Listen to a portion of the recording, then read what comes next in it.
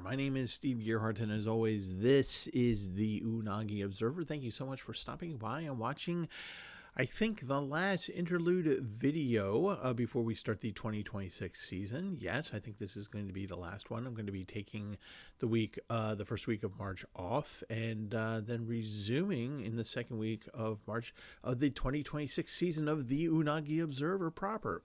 Yes, so what are we going to talk about this time around? Well, we talked about lore in Battletech and Warhammer. So let's talk a little bit about the lore in Genshin Impact, the open world game by Hoyoverse. And answer the question, if I haven't started playing this game yet, or if I started playing this game, do I actually have to read the manga? Let's get into it.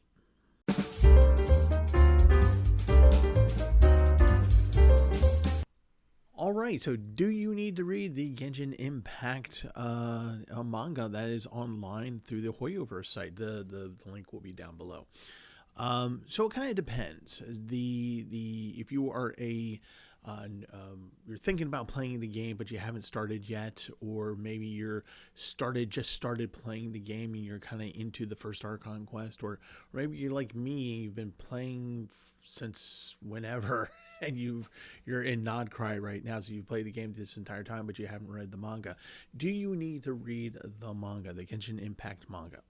Before I answer that question, let me just talk a little bit about the manga itself, the story the storyline that it encompasses, or at least thus far that I'm in it. I'm about halfway through. I believe there are 16 chapters. I'm around chapter 9, I believe. So, so let's start it off by saying that Hoyoverse released the Genshin Impact manga online prior to releasing the game. So this is all before game.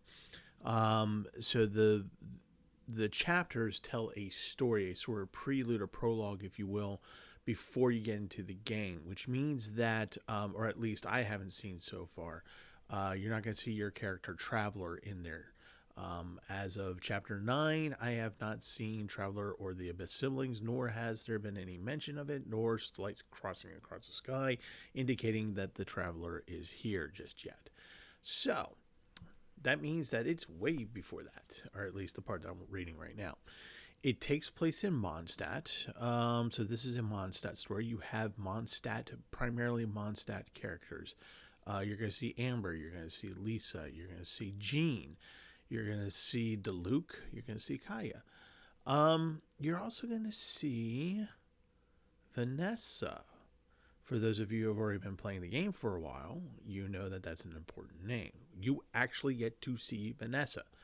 You also get to see your first Archon. You get to see Venti. And then you learn this story is going to tell you a little bit more about Diluc's past as well. Actually, a lot of their past, but particularly that storyline.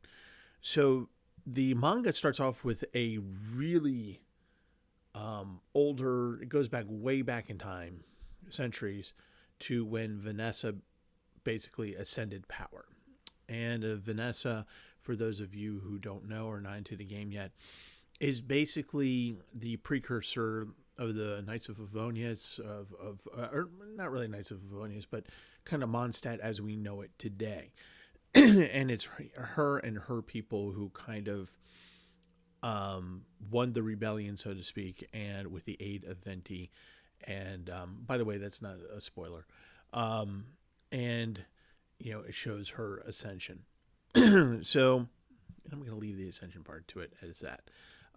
So you get a very important prologue here. We talk about Vanessa, which is a character that is referenced to a lot in game, particularly in the first few patches. So like when you're going through the Mondstadt Archon quest, when you're going to Liyue, even in Azuma, there are references to Vanessa, particularly Dragonspine as well. So this is kind of unique, where we get to see Vanessa's story and why she's important to Mondstadt. Mondstadt is a small but rich and powerful kingdom. And basically what happens in the first prologue is that a family, a very rich family, has taken over, and they have very autocratic rule, and they get to tell everyone else what to do, and everything's corrupt and everything's to their advantage, so to speak. Vanessa and her tribe are slaves, and they have been bought by this ruling family. So Venti awakens in the forest and goes, I wonder how long I've been asleep this time. Important thing to know. And he comes back to Mondstadt thinking that he's going to see the same Mondstadt that he helped build a few centuries before. Comes to realize, nope, not so much. And he teams up with Vanessa and they win the day. So that is sort of a story of just to give you the setting of Mondstadt. And also that who Vanessa is or was. Then we go into into Vanessa, and then we go into the Mondstadt of today, and the storyline is actually multiple storylines layered, and it has to do with Diluc. It starts with Diluc at a party. This is after he has quit the Knights of Favonius, and Kaya is there, and we meet a Fatui guy who goes to his boss and says, I promise we'll get the specimens we need from Mondstadt. I just have to go there and get the things. Please don't kill me. And we come to find out that his boss is a harbinger. If you're just beginning the game or you haven't started the game, those are the kind of like the big bad bosses that you encounter a lot, and some of these are reoccurring roles. This particular harbinger of the Fatui is a big bad. Like, we finally meet him and not like go up against him and not cry, which is way down the line. Is what the current patch is. So yeah, you get to meet Il Dottore, the doctor, and the character design that is one of insanity, and you'll see what I mean when you see it. And so his character design has changed over time during the game to what it is now. And so Mondstadt is trying to not be under the yoke of the Fatui, as the Fatui have been spreading themselves through several nations. You don't have a mention of Shnesnaya just yet. You don't have a mention of Not Cry just yet, just that there's a country to the north that these people are coming from. And there's a little bit of talk about abyssal power and how evil that is. And we start to learn how Diluc's father died. We learn why he quit the Favonius, the Order of Favonius. We get, and in doing so, we also have these other storylines that come in, particularly one of Kale. So for those of you who have been playing the game, you're going to be like, ooh, Kale.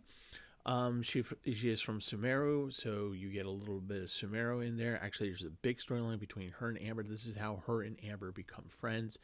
The Kale of the manga is nowhere near as sunny and cute as she is in game.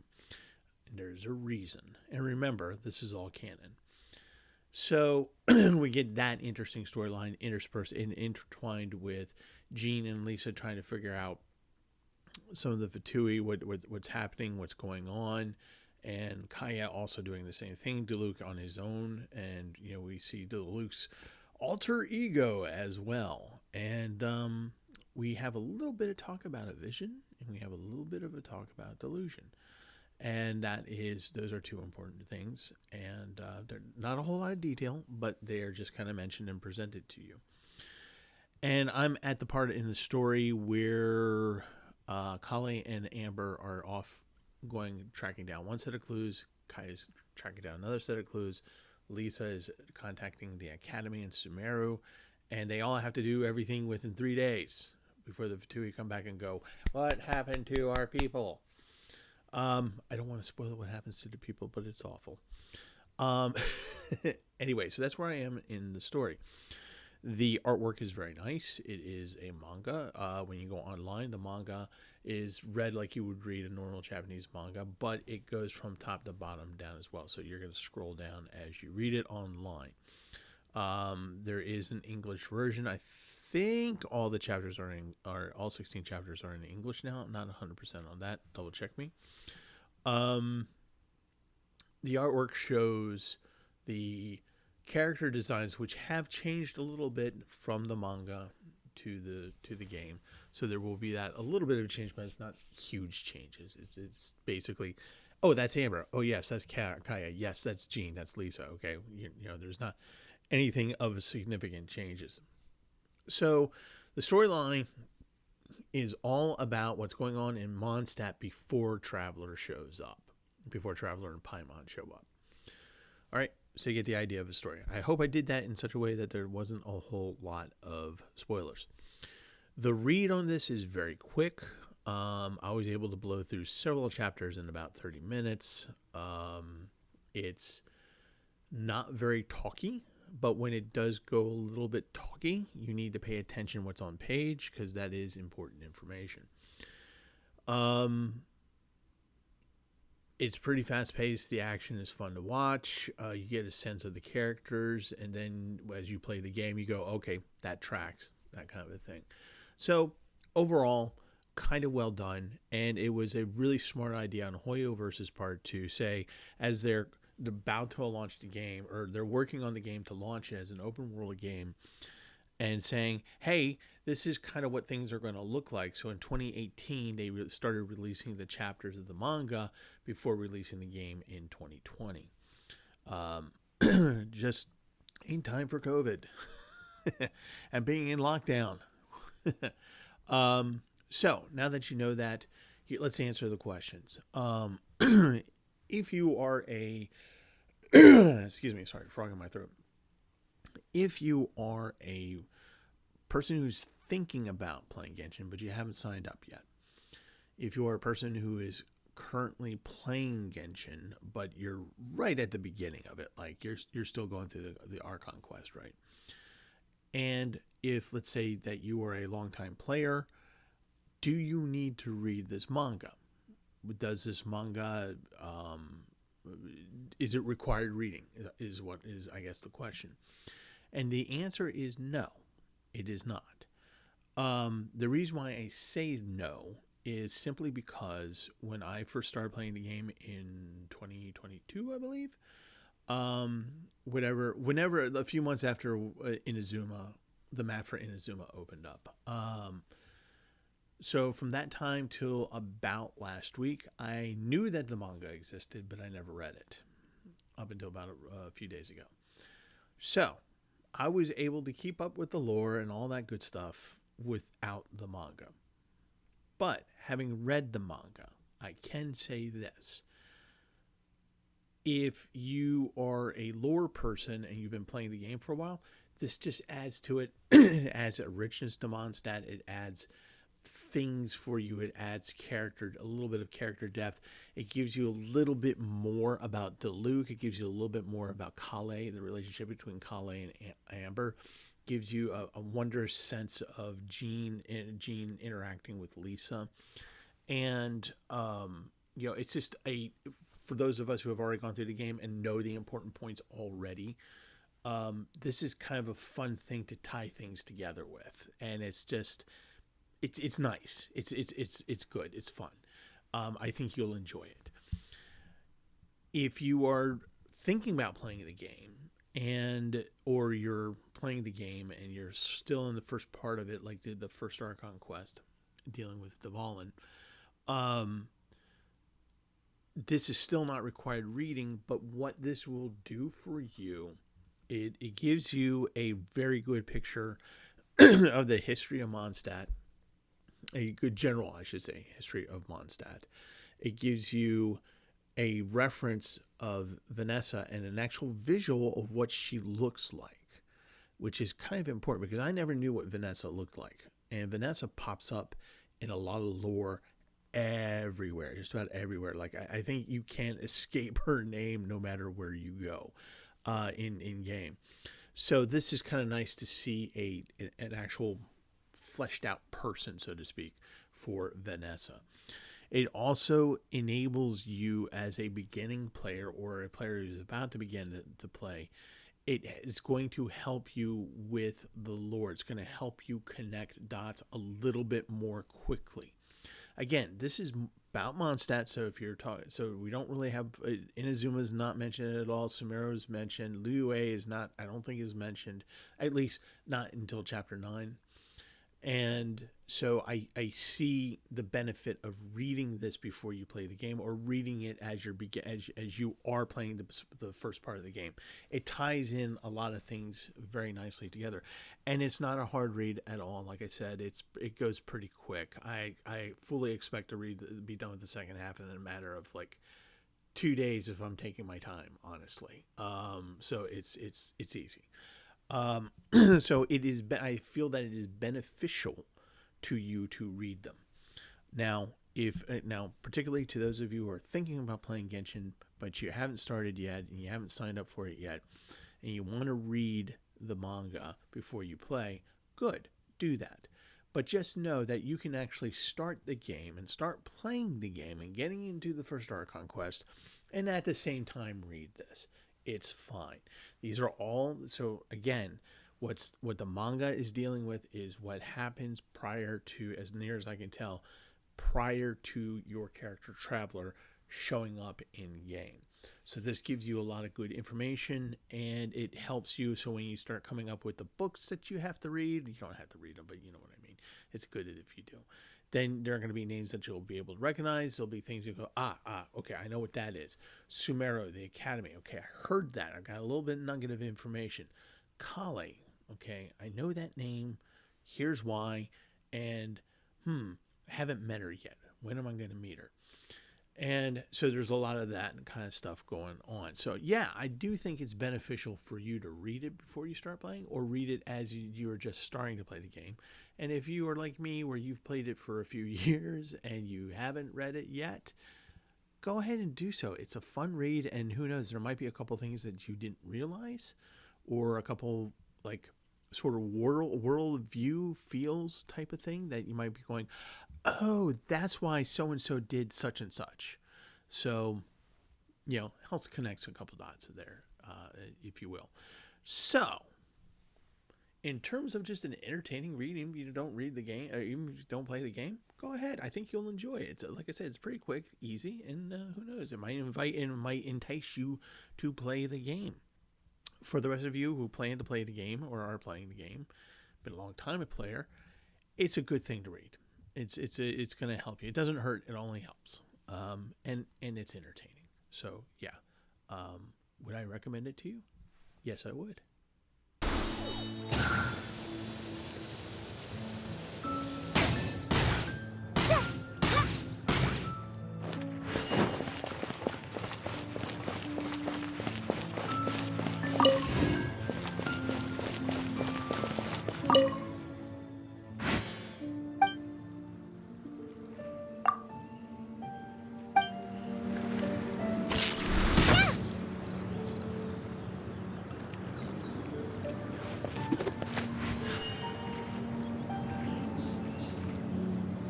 So that is it for this week. I hope that my explanation of the manga, whether or not it's important for you to read it before you play the game or as you're playing the game, hope those questions are answered for you.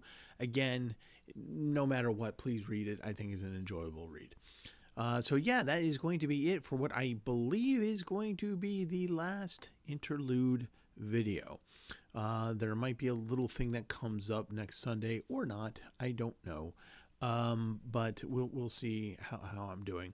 But I am taking the week off before I get into the 2026 season. I'll be doing things a little bit differently. I talked about this before. I'll talk about it again, so that it might be in that little video next Sunday if I decide to do it. If not, then it'll be in the first video of the season. So I'm looking forward to the 2026. We're gonna have a good time with this. Again, I think I'm going to go through more conventions. I believe I still have to sign up for RetrieverCon and see if they'll take my panel. If so, then I'll see you on March 29th. But if not, probably Gen Con and Anime USA. And so that's going to be it for this week. So be good, stay healthy because I love you guys. And I want to see you out in the wild. I want to see you in the cons. I want to see you out on the street, out in the wild, as they say, out in the territory. So, be healthy, be good, love you guys. And as always,